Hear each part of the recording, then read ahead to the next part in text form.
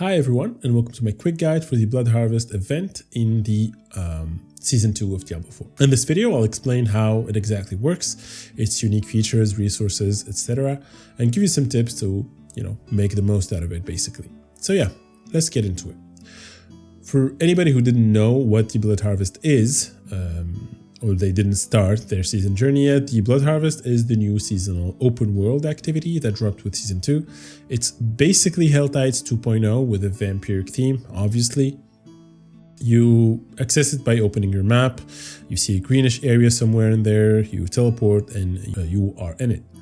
So, like Hell Tides, it will expire after 1 hour, however, it will never go away. So just move to another location, stay there for an hour and then move again. So it will always be active, which is a very, very good implementation. Hopefully they get that improvement and bring it to Helltide. While you're in this Blood Harvest, you will interact with several new, let's say, enemies and mechanics that will drop you multiple new currencies. The first one is Blood Lures. This one is probably the most important one. It's basically like blood bottles that you will see on the top right corner of your screen, and it drops off of monsters and elites, with elites having a much higher chance, and will be used to trigger 2 events basically. The first one is called Sanguine Altar. It's not worth doing. Honestly, it costs 15 blood, but just ignore that one. For the second one, however, that's where everything, that's where the juice is basically. It's called the Blood Harvest, and it drops a shit ton of loot, as you can see in the footage in the background. It's really disgustingly profitable. You trigger it by interacting with 3 blood lure pedestals, with each one costing you 50 blood lures, and all 3 needs to be active to start the event. If you're planning on doing this solo, my recommendation is that you farm 150 and then trigger the event, because let's say you bank 100 and go farm the last 50. If somebody, like a random guy, comes up and pays the last pedestal, farms the mobs, and go do his stuff, you will just come back and everything will be done, and you will lose basically your 100 that you put in the first place. So just make sure to avoid that. However, I highly encourage you to do it in a group, because that way it will cost you 50 lures for each run instead of 150. And usually after 2 runs, you'll make 50 back. So it's way cheaper down the line. Way cheaper actually.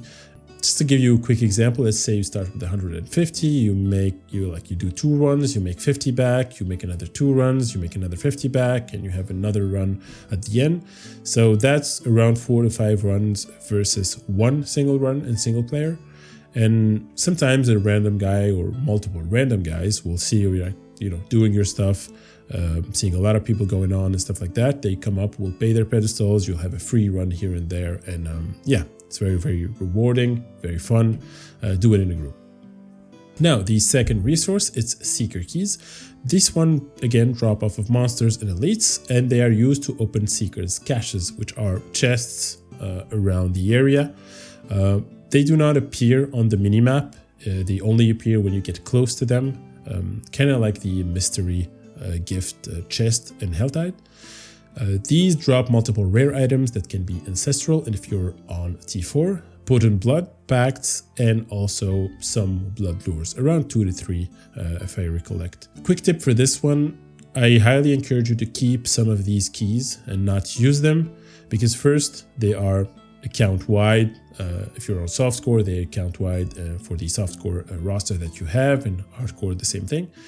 So you can use them for your rerolls, and also for your main. If you did not switch from T3 to T4 yet, for example, you can just keep some of these, switch to T4, and then open some chests and get a fresh set of ancestral items and kind of kickstart your way through T4. So yeah, always keep that in mind. That's a very, very good kind of like quick tip to go by. Before I get to the third resource, just to make sure that you are aware that Seeker Keys, along with Blood Lures, are account-wide, like I said, both of them. They do not expire, like leaving the Blood Harvest or, disconnecting whatever, you do not lose these things, unlike Helltides. So you will always keep them, and you can use them on any characters you want, if you are in the same game mode, of course.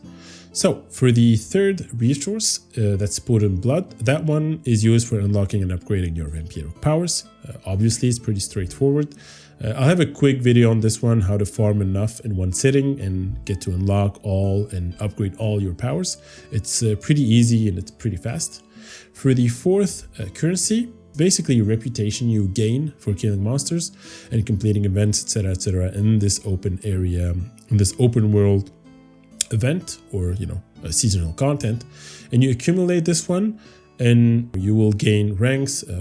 The further you accumulate this rep, and for each rank that you reached, you will get a specific reward that you can redeem at the acclaim board near the waypoint where the area is located.